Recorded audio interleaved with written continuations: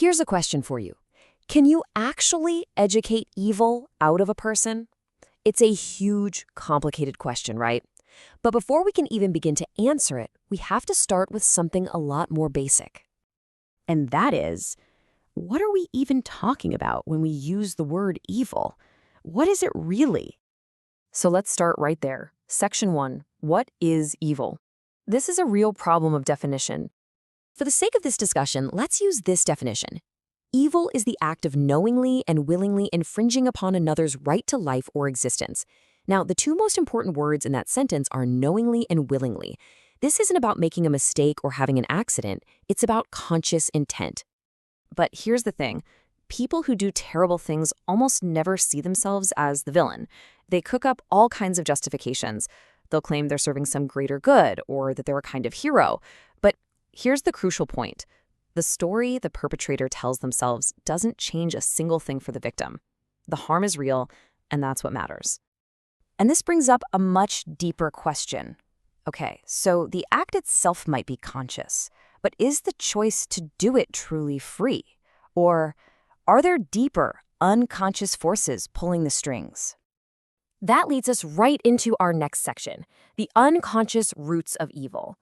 We all like to think we're in the driver's seat, but what if 99% of what we do is driven by forces we can't even see? Just let that sink in for a second. Over 99%. Our conscious mind, it really only kicks into gear for very specific, demanding moments, like when you get a surprise or you have to do some really complex long-term planning. The rest of the time, we're basically on autopilot. And this shows us a critical distinction. A person might consciously plan some terrible act, sure. But what about the decades of trauma, the emotional patterns, the learned behaviors that wired their brain to even consider that an option? That whole journey, the path to evil, that is an almost entirely unconscious process. Which brings us to this powerful idea. It is the absence of consciousness that makes a person evil, not its presence. This is the whole key. Consciousness isn't the problem, it's the solution. It's the only tool we have that lets us step outside of our automatic programming and actually reflect on our impulses. The real danger is living life on that unconscious autopilot. Okay, so if so much of our behavior is unconscious, where does our sense of right and wrong even come from?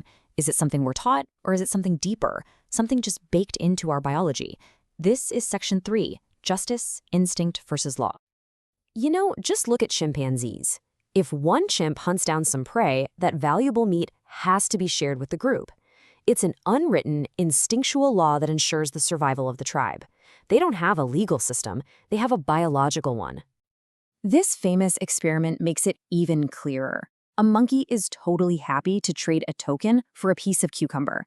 That is, until he sees another monkey get a juicy grape, a way better reward for doing the exact same thing. The result? Pure outrage. He throws the cucumber back, he shakes the cage. That sense of fairness, that anger at injustice, that isn't learned. It's a primal instinct. But as human society got bigger and more complex, those simple instincts just weren't enough.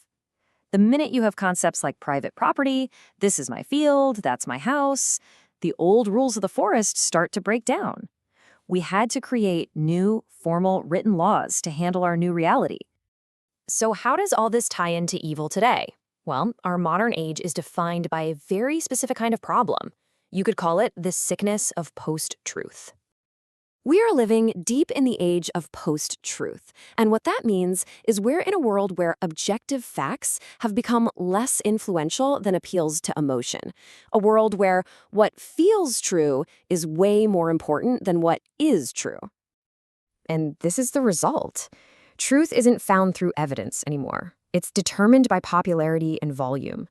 The person with the biggest platform, the one with the most outrageous claim, can literally dictate reality for millions of people, no matter what the facts say. And here's the truly terrifying part. If we can't even agree on basic facts, how can we possibly agree on what is right and wrong? Without a shared reality, our moral compass just completely shatters. So, this brings us back full circle to where we started. In a world that feels like it's absolutely drowning in misinformation, can education be the antidote? It's time for the final verdict. Education versus consciousness.